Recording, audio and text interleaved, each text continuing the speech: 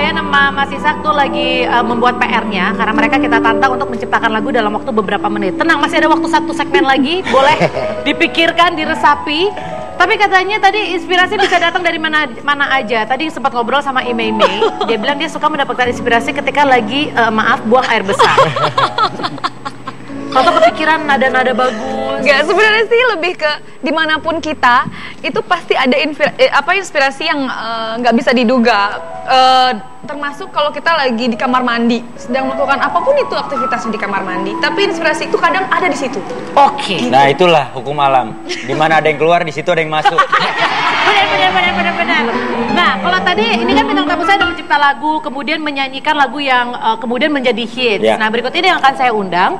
Dia bisa dibilang sudah sangat terkenal di daerahnya. Dia memang membawakan lagu-lagu yang hits saja. Ya. Karena kita tahu lagu yang hits itu pasti digemari oleh masyarakat. Langsung saja, mari saya undang Via Valen. Ya, itu dia. Hai Via. Awas jatuh. Thank you.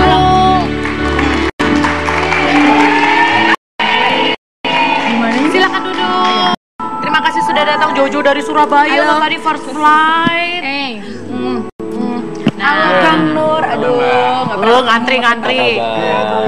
Bisa aja Pak Wendy. Kita belum ngobrol-ngobrol lagi. kenapa?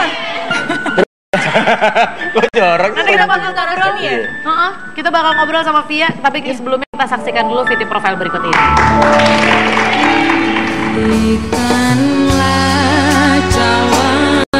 Via Maulida Octavia atau yang lebih dikenal dengan Via Valen merupakan penyanyi dangdut koplo muda yang sudah berkarir di dunia hiburan sejak masih duduk di kelas 2 SMP.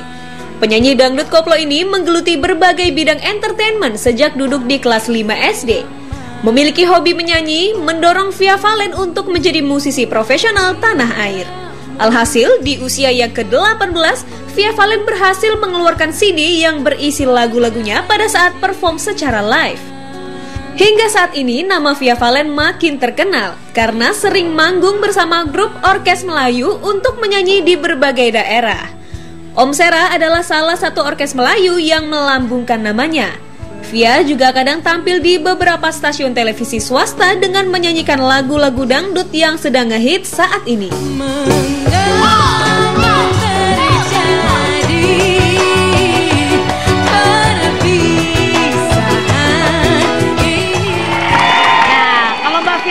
Menyanyikan lagu-lagu yang memang sudah ngehits.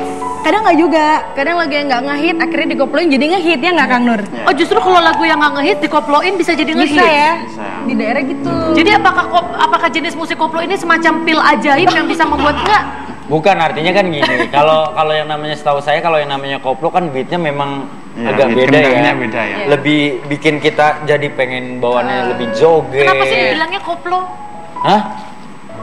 Itu sebenarnya ada sejarahnya sih koplo itu. Jadi koplo itu dulu pertama kali ini orangnya udah almarhum, beliau kalau nggak salah namanya Bapak Milan ya. Dia pencetus koplo pertama kali. Jadi dia tuh pertama kali ngoplo itu di daerah, tahu Doli nggak?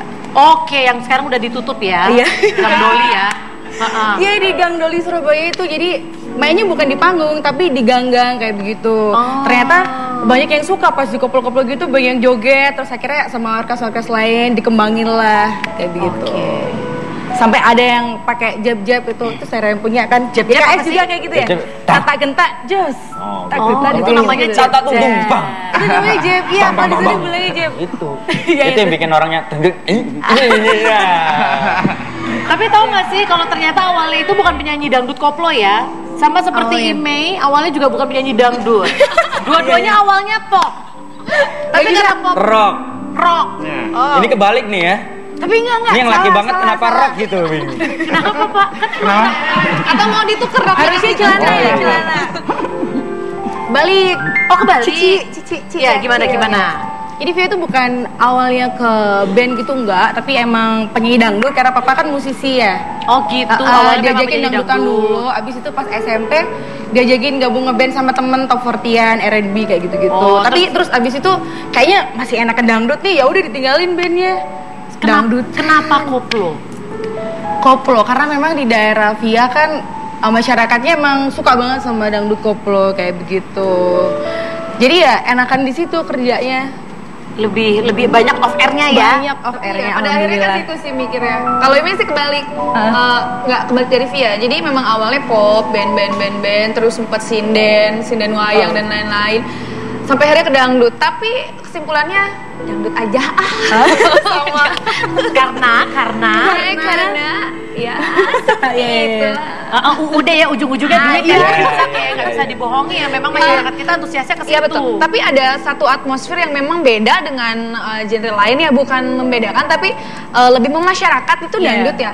Ketika memang suasana sedang sepi, ada kalanya memang pop juga bisa membangun. Tapi kita sama-sama musik ya, bukan membeda-bedakan. Tapi apa ya? Lebih orang tuh bisa lebih goyang, bisa lebih joget itu dengan dangdut. Tapi pop pun bagian dari dangdut karena pop jadiin dangdut juga keren. Jadinya akhirnya asik-asik aja. Iya, makanya kan semua lagu sebenarnya kalau didangdutin apalagi dikoplain semua orang joget pada akhirnya. Pasti. Itu kan udah dua sudut pandang yang berbeda juga dan sama mungkin dari wanita nih. Sekarang kita tanya sama Mas Irfan Hakim, gimana menurut Anda? Mirip sih kecil-kecilnya ya. Lagi nggak bawain insert sekarang. Tapi ngomong-ngomong, sebelum dangdut, kalau Mas Ishak sendiri, tapi memang saya basicnya di dangdut sih. Oh emang basicnya dari di awal. dangdut. Dari awal. Main musik dulu atau memang udah terjunnya langsung ke pencipta lagu? Ke pencipta lagu, ke bikin-bikin lirik kayak gitu sih. Tapi Mas Ishak sendiri sebenarnya bisa nyanyi nggak sih? Aku penasaran deh. Dikit. Jadi buat pemirsa yang mungkin baru aja nonton Basa Basi, ini adalah pencipta lagu-lagu yang happening semuanya, goyang dumang, sakitnya tuh di sini. Coba nyanyi dikit aja. Sakitnya tuh di sini aja. Sakitnya tuh di sini boleh. Sakitnya tuh di sini di dalam hatiku. Sakitnya tuh di sini kau menduakan aku. Asik. Kenapa nggak dinyanyiin sendiri aja? Kenapa lebih ngasih ke cita-cita ta? Kalau dangdut itu lebih ke cewek sih ya. Lebih ke cewek ya? Lebih enak aja dibawainnya gitu loh. Ya mungkin pas cita-cita yang bawain memang kerasa sakitnya di sini. Pas Mas Ishak yang nyanyi, penonton sakitnya di sini. Makasih ya Pak, buat kejujurannya ya Pak ya. Nanti kita akan balik lagi pemirsa, dan yang pasti sudah siap dengan lagu-lagu ciptaannya yang hanya beberapa menit? Siap. Kayaknya udah lumayan panjang tuh, ada skripsi lah ya di tangan udah. Nanti kita akan dengarkan bagaimana mereka bernyanyi. Tapi sekarang bagaimana kalau Via akan bernyanyi untuk kita semua. Silakan. Yo. Asik. Nyanyi semua ya. Yang bisa nyanyi lagi ini boleh nyanyi sama-sama. Saturday morning, jump out of bed, put on my best suit, got in my car and slice like a jet, all the way to you. Can I come your time inside in my head to a situation, cause I know that you're an old-fashioned man. Everybody know? Can I have you down for the rest of my life? Say yes, cause I need to know. Said I'll never get to place until the day I die. To learn my friends, but the answer is no. Why you gotta be so rude? Don't you know I'm human too? Why you gotta be so rude? I'm gonna marry you anyway, marry that girl, marry you anyway, marry that girl. Yeah, no matter what you say, marry that